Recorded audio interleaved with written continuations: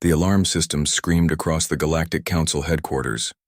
Every screen in the massive command center lit up with the same impossible message.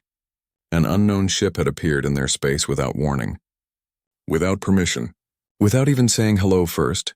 The ship hung there in orbit around their most important planet like it belonged there. It was ugly compared to the beautiful Council ships, all sharp angles and rough metal, where Council ships had smooth curves and shining surfaces. It looked like someone had built it in a hurry and forgot to make it pretty. Commander Jake Morrison stood on the bridge of his ship, the Defiant, watching his crew work. They moved quickly and smoothly, each person knowing exactly what to do. His second officer, Lieutenant Amy Sullivan, walked over with a small computer in her hands. She was trying not to smile. "Sir, they are calling us. A lot. About 400 messages so far. They seem really upset that we just showed up," she said. Jake raised one eyebrow. "Did we send them our greeting message?" "Yes, sir." I think asking if anyone wanted to get coffee together was not what they expected from a first contact situation. Down on the planet's surface, a being named Velthorin watched the human ship with growing anger. He had 6 arms and had been working for the Council for 300 years. Never in all that time had anyone just appeared in their most protected space without asking first. It was like walking into someone's house without knocking. "Connect me to that ship right now," he told his worker, waving his arms sharply. "I want to know who told them they could come here." When the video connection opened, the face on the screen surprised him. The human male looked completely calm. He did not look worried at all about breaking the biggest rule in space travel. "Hello there," Jake said with a big smile. "I am Commander Morrison from Earth. We got your beacon signal about 17 years ago. We thought we would come visit and say hello." Velthorin felt his arms twitch with frustration. "You thought you would come visit? To the center of galactic government, without asking permission, without checking if it was safe, without following any rules at all?" "Well, when you say it like that, it does sound a bit rude," Jake admitted. He did not look sorry, though. "But your beacon basically said come find us. So we found you, surprise." Velthorin tried to remember if anything like this had ever happened before. He searched through thousands of years of records in his mind. The answer was no. Nothing like this had ever happened.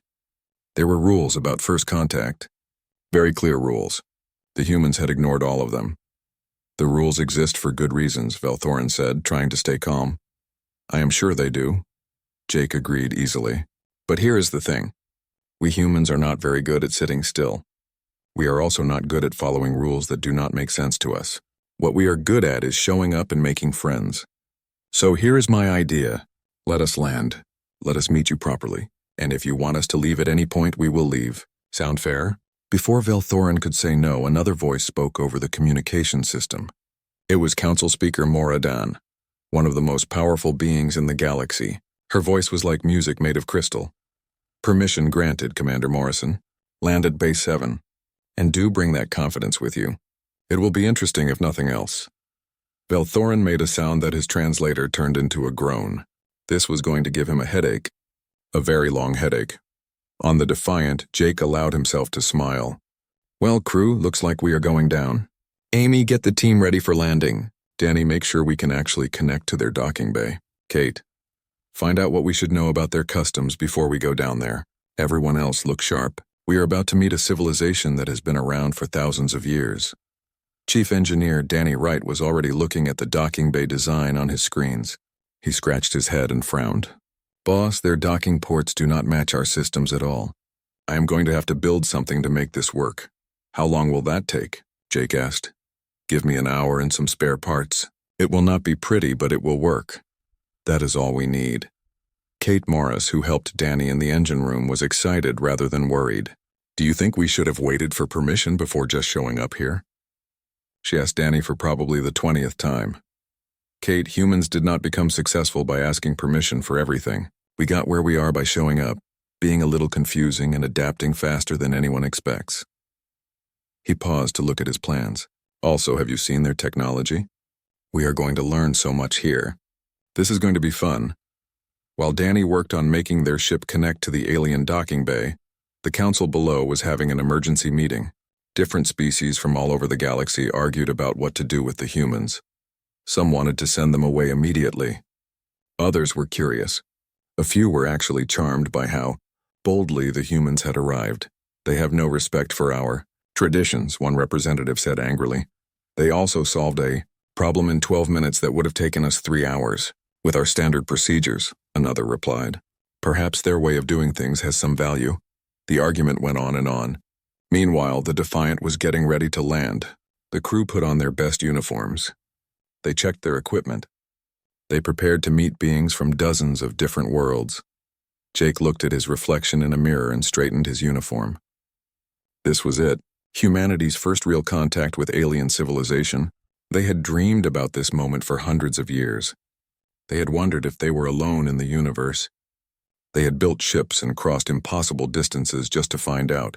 And now they were here. Not as humble visitors asking politely for acceptance, not as weak newcomers hoping to be noticed. They were here as equals, acting like they belonged, ready to make friends with an entire galaxy. Amy came to stand beside him. "Are you nervous?" she asked quietly. Terrified, Jake admitted, but also excited.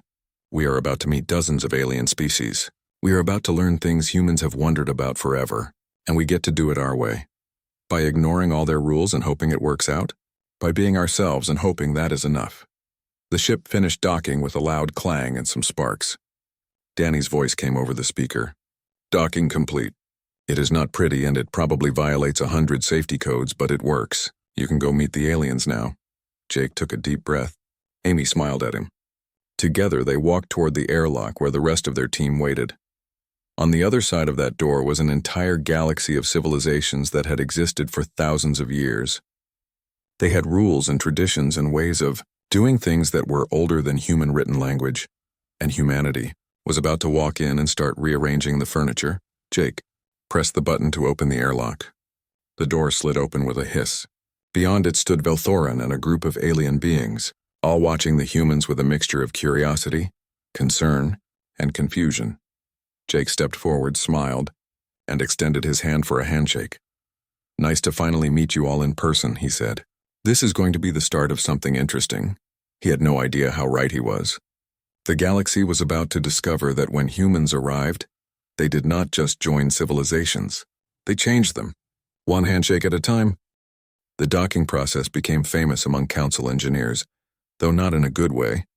Danny Wright had to completely rebuild the connection between the human ship and the alien station, while both were still attached. He used a welding torch on parts that probably should not be welded. He connected wires in ways that made the alien engineers cover their eyes, but somehow impossibly it worked. "Is he really using fire on a pressurized seal?" one alien engineer asked his boss, his voice shaking with worry. "Yes," the boss replied quietly. "And our sensors say it is actually working.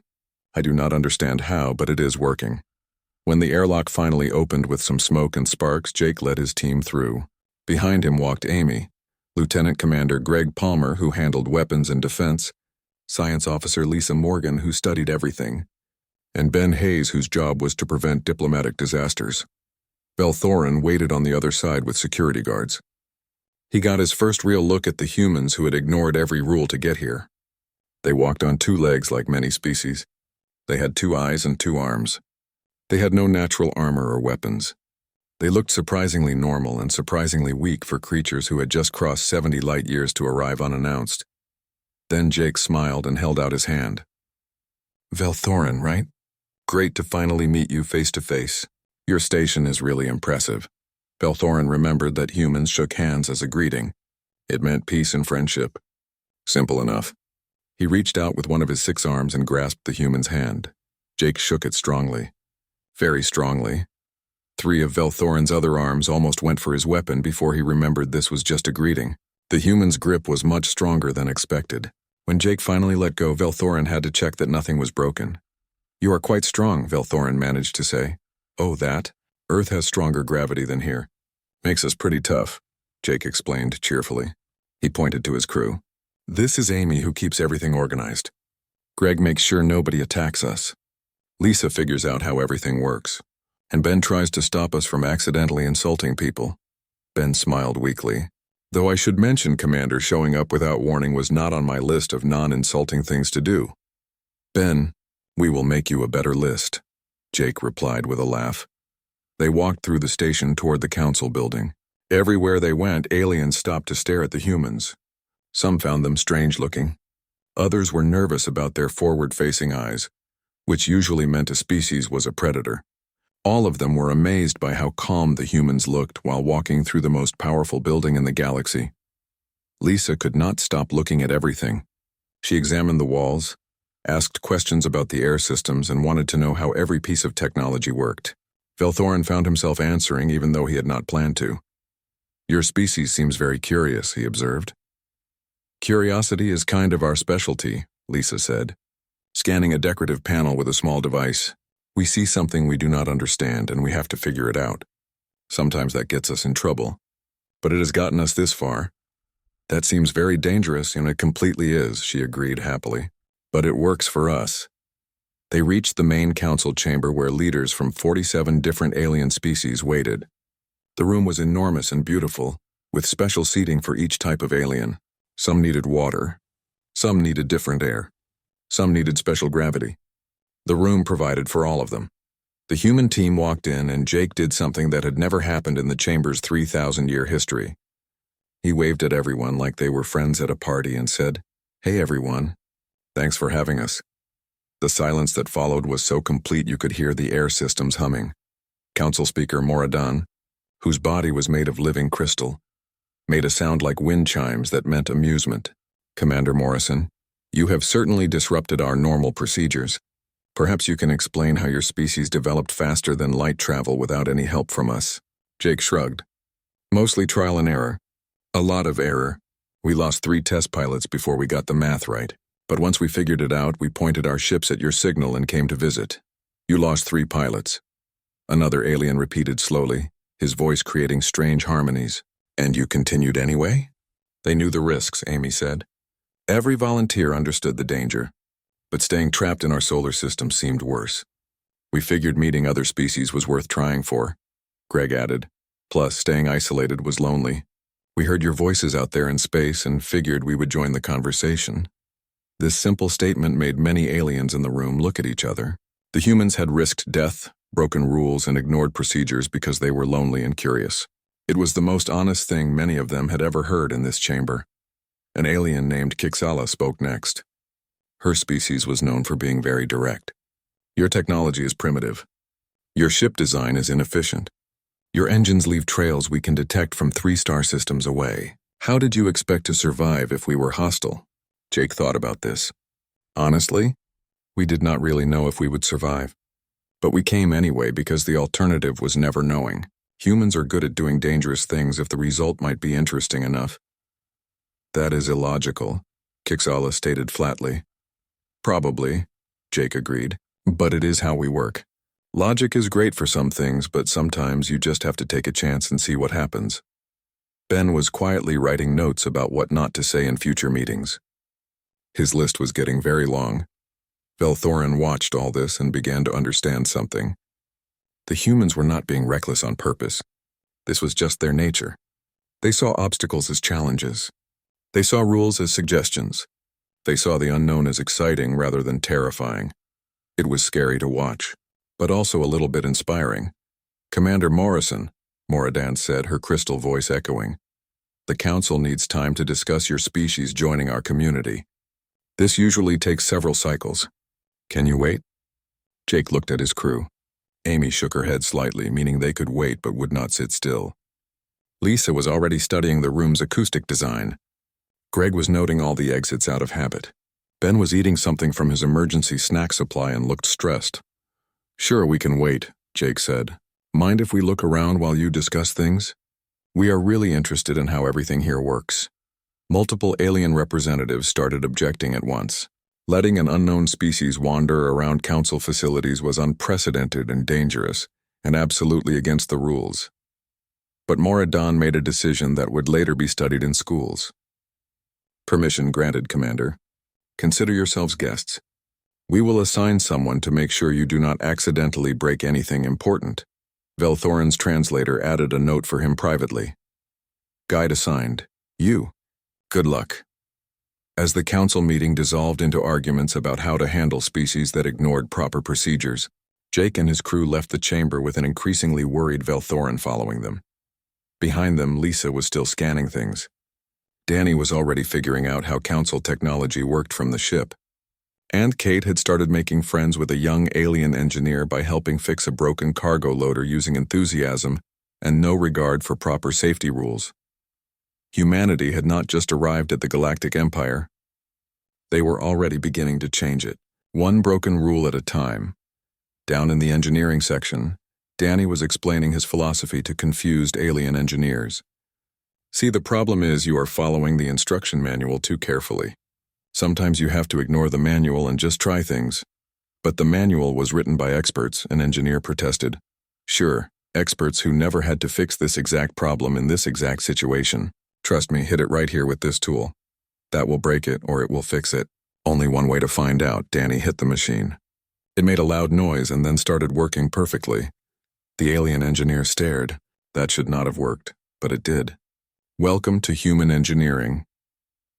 Back in the council archives, Lisa had convinced the head archivist to let her study historical records by comparing them to human history.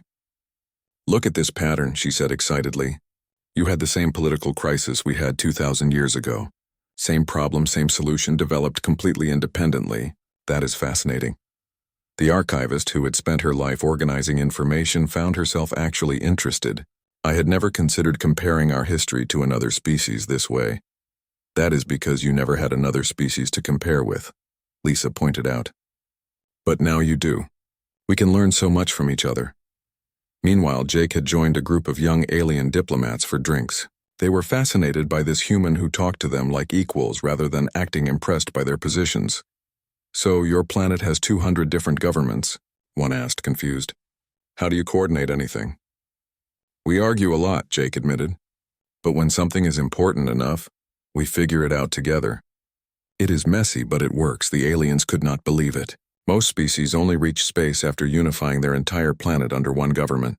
Humans had done it while still divided into hundreds of competing nations.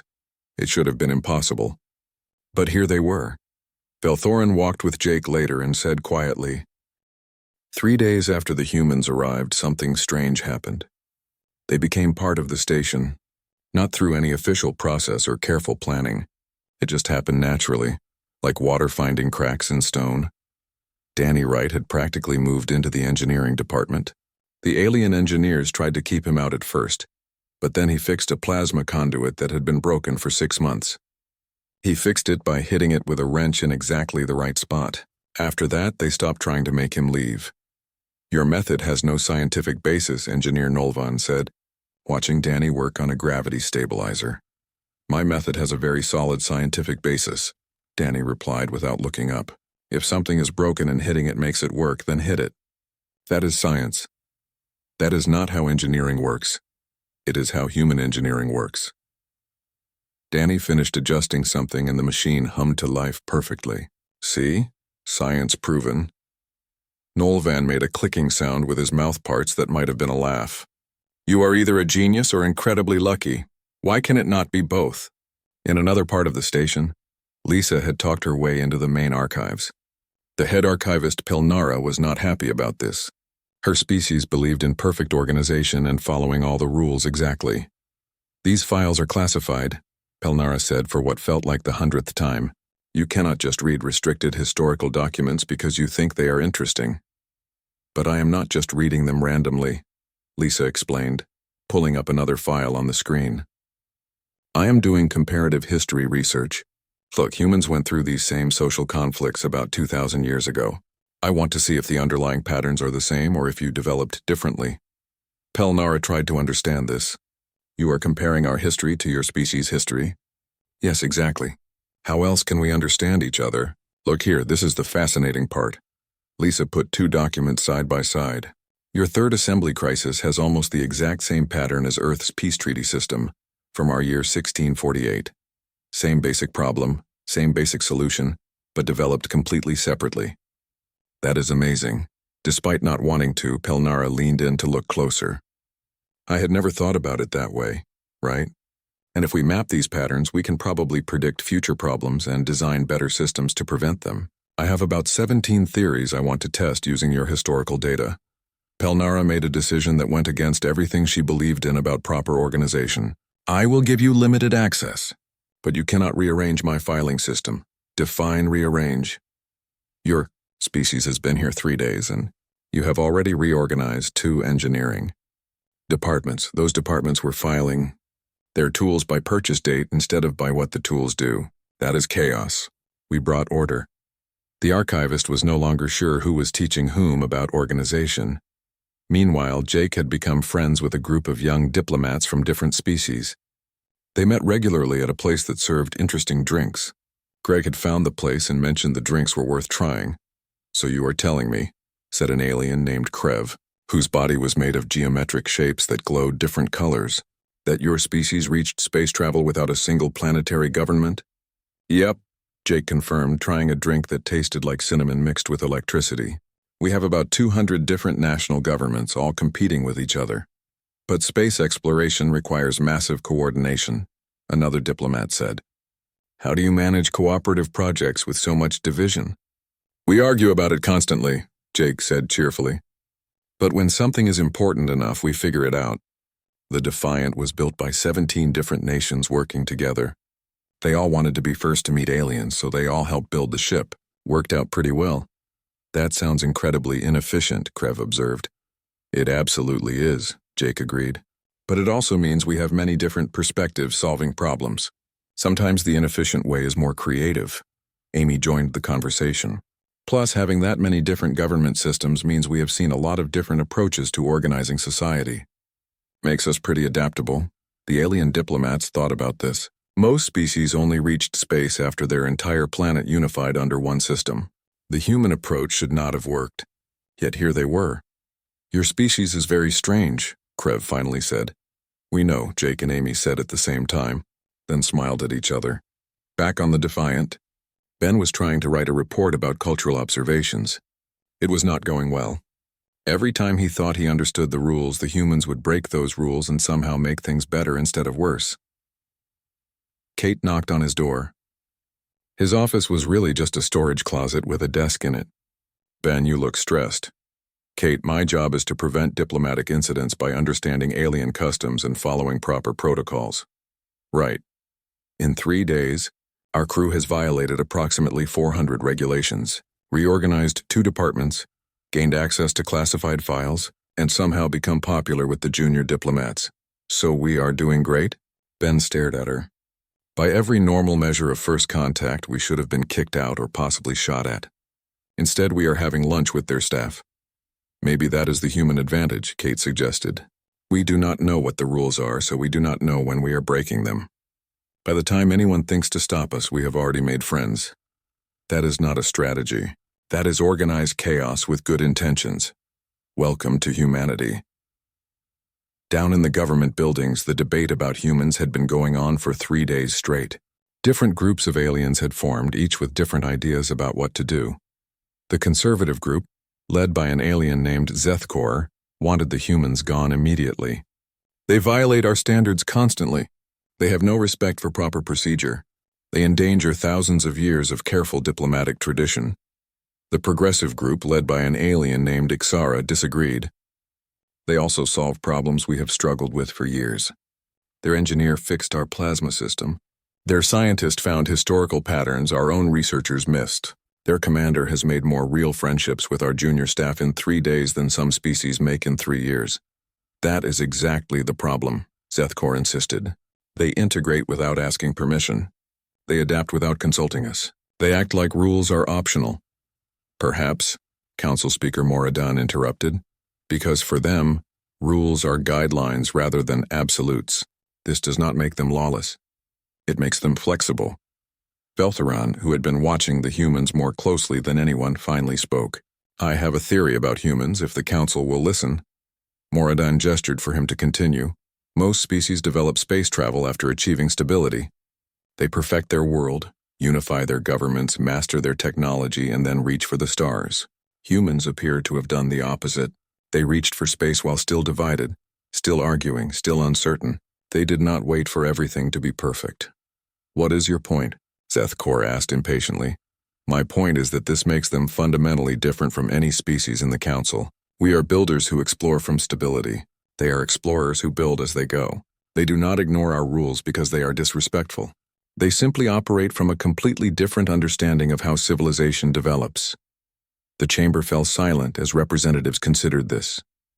If this is true, Ixara said slowly, then trying to fit them into our existing systems will fail. They need a different approach. They need no approach, Zethkor objected. They need to leave. They need understanding, Moradin corrected. And I believe Velthorin is right. These humans are not violating our civilization. They are teaching us that civilization can take forms we never imagined.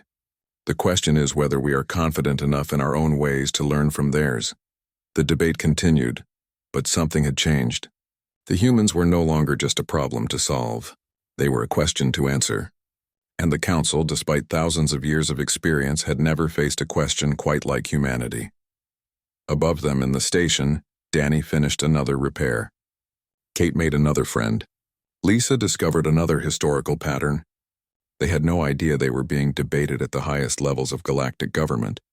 They were too busy fixing things, learning things, and generally making themselves useful to worry about politics. It was, Jake would later say, the most human thing they could have done. They did not wait for permission to help. They did not wait for approval to learn. They just showed up and started being themselves. And somehow, impossibly, that was working. The Galactic Empire was learning that humans did not ask if they could participate in civilization. They just participated and let everyone else catch up. One fixed machine, one new friendship, one discovered pattern at a time. 3 months had passed since the dramatic rescue. Jake stood in what everyone now called the human embassy, though it had started as just temporary housing. It had grown into something between a diplomatic office and a very chaotic community center. Amy sat at a desk that had not existed 2 weeks ago, reading reports. Danny was in the back room teaching council engineers something he called creative problem solving, which involved a lot of sparks and worried faces. Kate had somehow gained an apprentice, a young alien named Vexna, whose body now glowed colors that other members of his species called worryingly enthusiastic. "Commander, you need to see this," Lisa called from her workspace, which now covered an entire wall with screens showing data comparisons. Jake walked over with his coffee. Coffee was another human contribution that had taken the station by storm. 17 species had declared it either revolutionary or possibly dangerous. 3 tried to ban it. Now it was served in every cafe in the diplomatic quarter. "What am I looking at?" Jake asked. "Applications," Lisa said, bringing up a holographic display. 67 council member species have formally requested human help on various projects. Engineering problems, cultural exchange programs, conflict resolution, creative thinking workshops. We have been here 3 months and somehow became the galaxy's favorite consultants for anything traditional methods cannot handle. Amy joined them with her own computer. "It is not just that. Earth Command sent an update. 4 more human ships are coming. The council approved not just contact status but actual embassy rights. We are setting up permanent human presence in galactic civilization." "And nobody is worried about that?" Ben asked, coming out of his office. He looked less stressed than before, probably because he had stopped trying to predict problems and just started documenting them after they happened. "Oh, they are very worried," Amy confirmed. "But apparently humans who help are better than humans who do not. And since we are going to be here anyway, they would rather work with us than around us."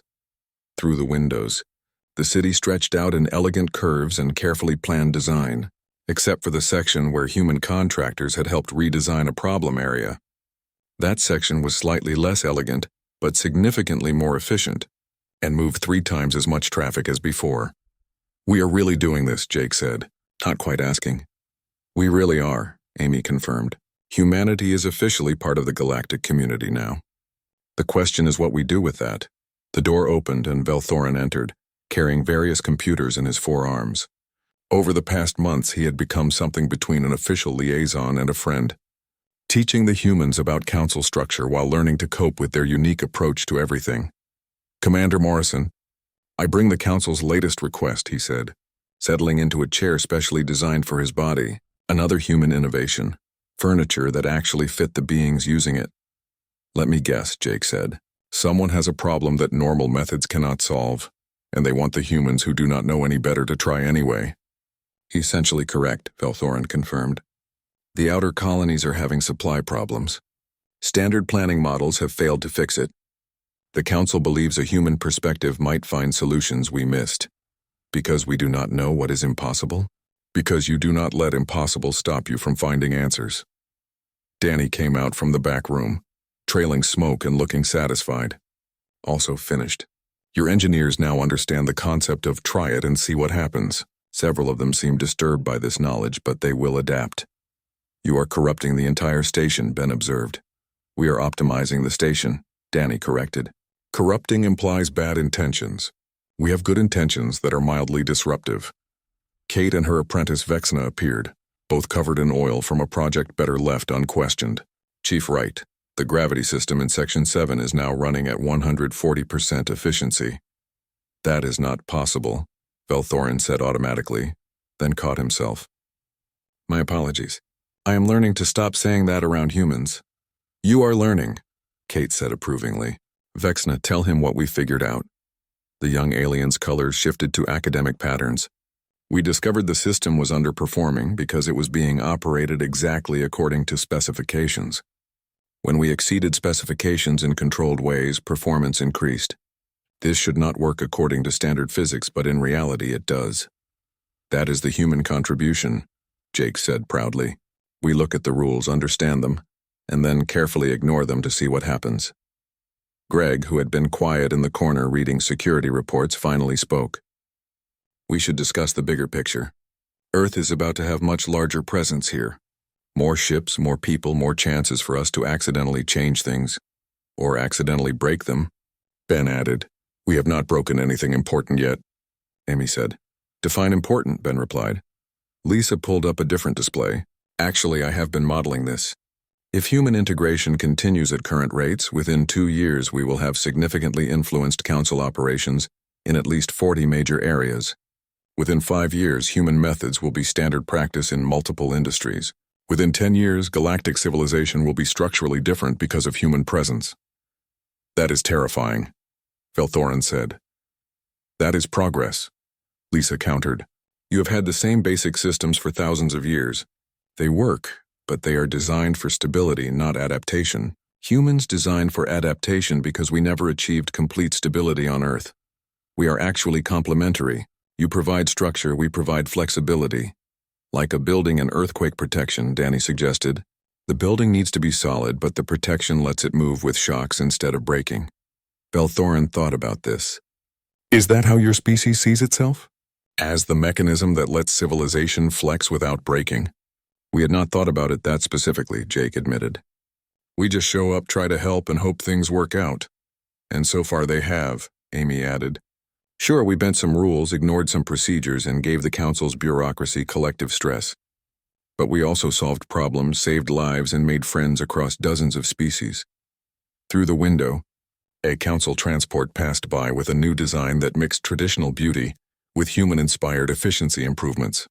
In the plaza below, a mixed group of engineers discussed a project, and 3 of them were using the animated hand gestures they had learned from human co-workers. You know what the strangest part is? Greg said. Nobody expected us. Earth spent centuries wondering if we were alone, if we would ever find other intelligent life. We imagined all these scenarios about first contact, what it would be like, whether we would be accepted. Then we got here and just started being ourselves, and somehow that worked. Perhaps that is exactly why it worked, Velthorin suggested. You did not try to be what you thought we wanted. You simply were what you are. And what you are, while chaotic and concerning and frequently inexplicable, is also valuable. Kate raised her coffee cup. To being valuable and concerning. To figuring it out as we go, Danny added. To accidentally changing galactic civilization, Lisa said with a smile. To not getting kicked out, Ben contributed. To humanity doing what we do best, Amy said, raising her own cup. Showing up and making friends, Jake lifted his coffee. To all of that. And to whatever comes next, because if the last 3 months taught me anything, it is that we have no idea what we are doing and we are going to keep doing it anyway. They drank to that. A small group of humans in the heart of a civilization that had existed for thousands of years before Earth even had cities. They were impossibly young, recklessly confident and completely unprepared for the role they had taken. They were also exactly what the galaxy needed, even if nobody had known to ask for it. Outside, the station continued its eternal dance of cultures and species, old civilizations following ancient patterns, but now woven into those patterns was something new, something adaptable and curious and occasionally inadvisable, something that saw rules as starting points rather than ending points, that treated impossible as negotiable, and that measured success not by proper procedure, but by whether people were helped. Somewhere in Earth's solar system, 4 more human ships prepared for the journey that would bring them to the stars, carrying crews who had no idea they were about to become the galaxy's most enthusiastic and accidental revolutionaries. They would arrive, look at thousands of years of careful tradition and immediately ask, "Have you tried doing it differently?" And somehow, against all reasonable probability, that would work.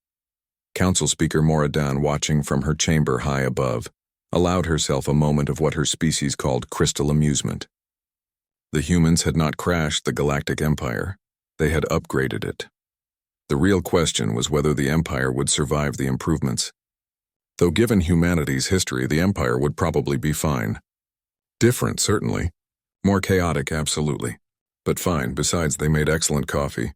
And sometimes, Moradin reflected, civilization needed a little chaos to remember it was alive. Below in the embassy that had become the unofficial headquarters for creative problem-solving, Jake looked at his team and smiled. The crisis happened on the 6th day of the human visit. A cargo ship from the outer systems called the merchant vessel Corthen was approaching the planet when something went terribly wrong. The ship's main power system started failing.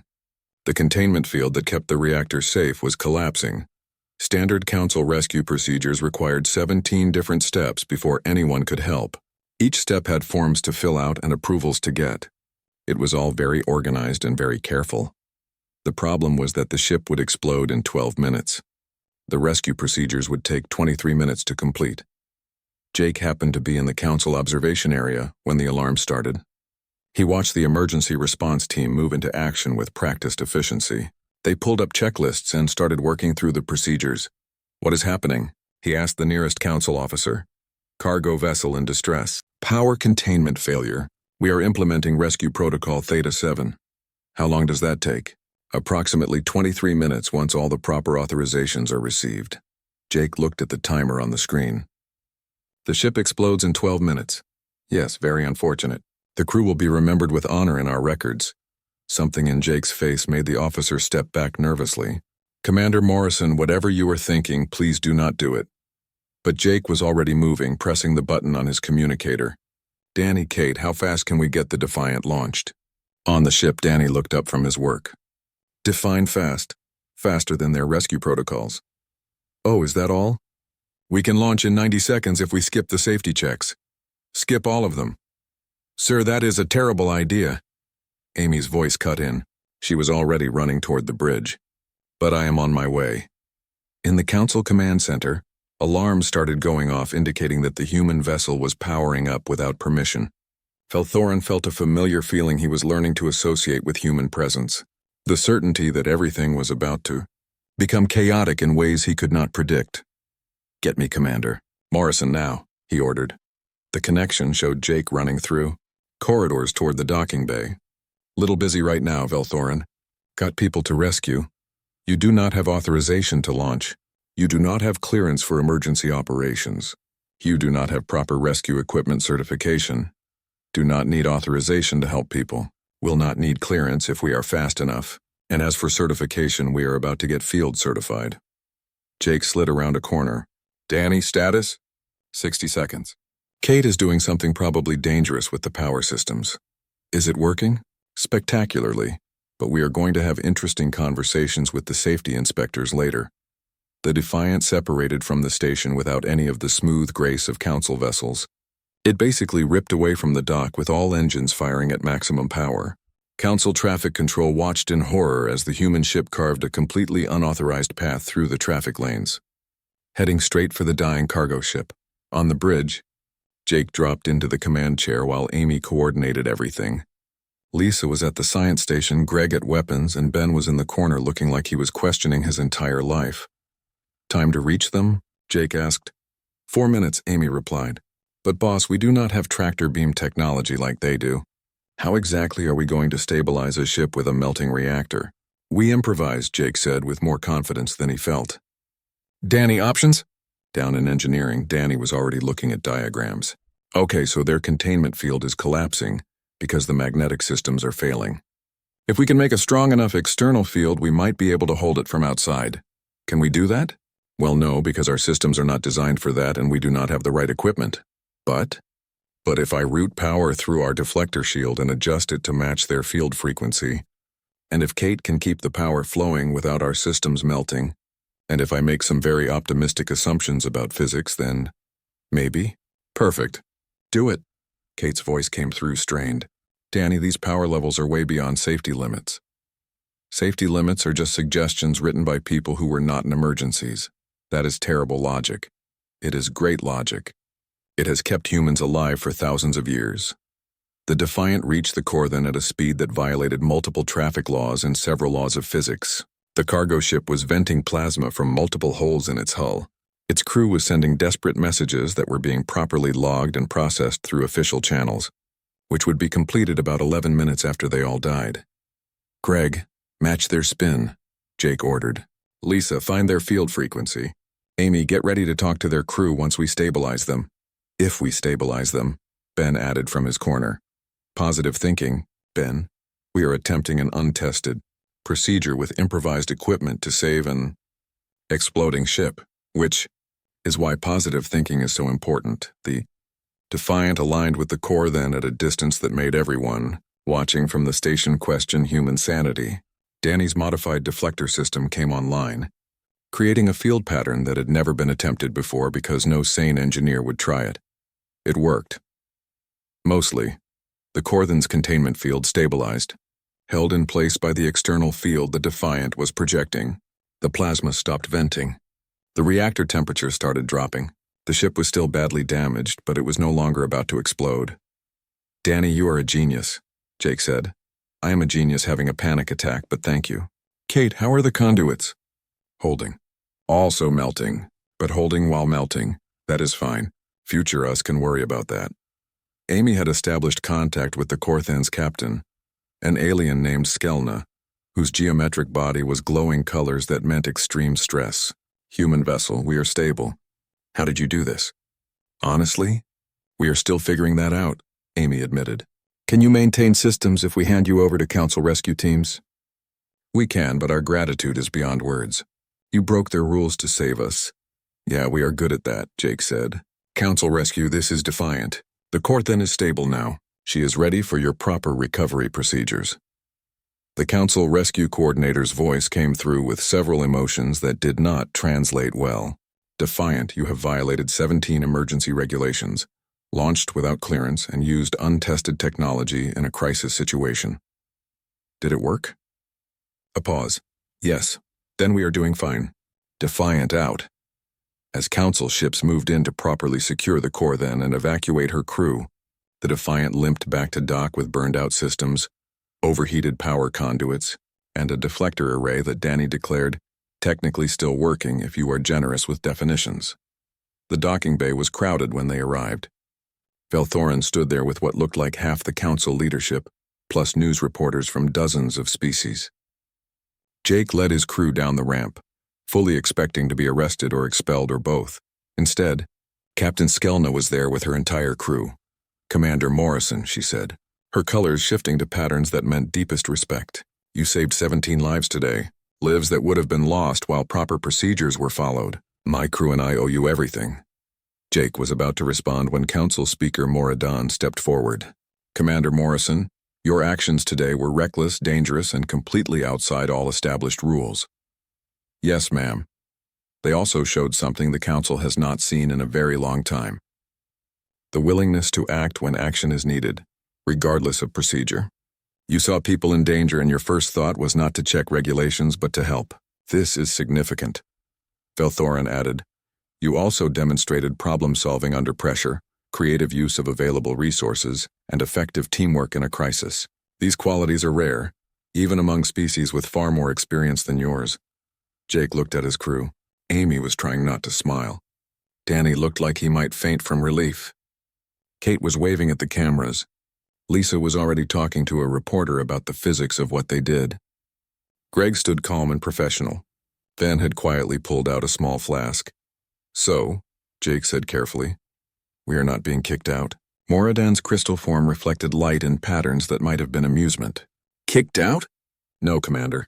We are reconsidering your species membership with new interest. It appears you have qualities the Council did not know it needed. Whether this is good or terrifying remains to be seen." "Can it be both?" Jake asked.